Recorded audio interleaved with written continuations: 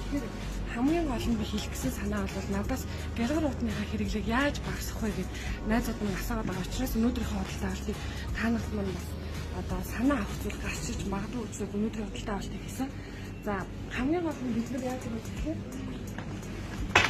сая таныг анзаарсан бол энэ ногоо болон жимсээ бид нар дээр үед бол яг нэг 10 төгрөг буюу худалдаалагддаг гэсэн. Одоо бол их дэлгүүрүүдэд өнгөө тарагддаг гялгар ут хийждэг. Би тэрнээс татгалзахын тулд өөртөө нэг ийм уутнуудтай болсон. Тэгээд энэ уутнуудыг бол сүүлийн жил гараа хэрэгжиж байгаа учраас миний гялгар утны хэрэглээ одоо эрс багассан гэсэн үг. Ер нь бол яг тийм хог хийхэд ч одоо даах чадвар муу. За одоо тийм нэмэн одоо урд нь 10 төгрөг худалдаалагддаг гэсэн тийм гялгар утыг бол хогч хийж ашигладаг учраас ер нь бол ийм уутнуудтай болсон байхад зүгээр гэж хэлэх байна.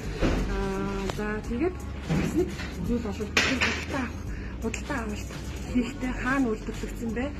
Хизээ одоо хугацаанд дуусгах гэдгийг харахаас илүүтэй бас сав баглаа бодлыг анзаарах хэрэгтэй. Хэрвээ тэр авсан бараа чинь одоо үнэхээр байгальд шингэлгүй хуунцар бараа хуунцар савлгаатай байх юм бол аль болохоос татгалзах хэрэгтэй. Ингэж бид нар одоо тодорхой үр дүнд хүрнэ. За маш их баярлалаа. Энд хүмүүс байгаа учраас би яарад гүйцэн амьсгалцчихсан. За баярлалаа.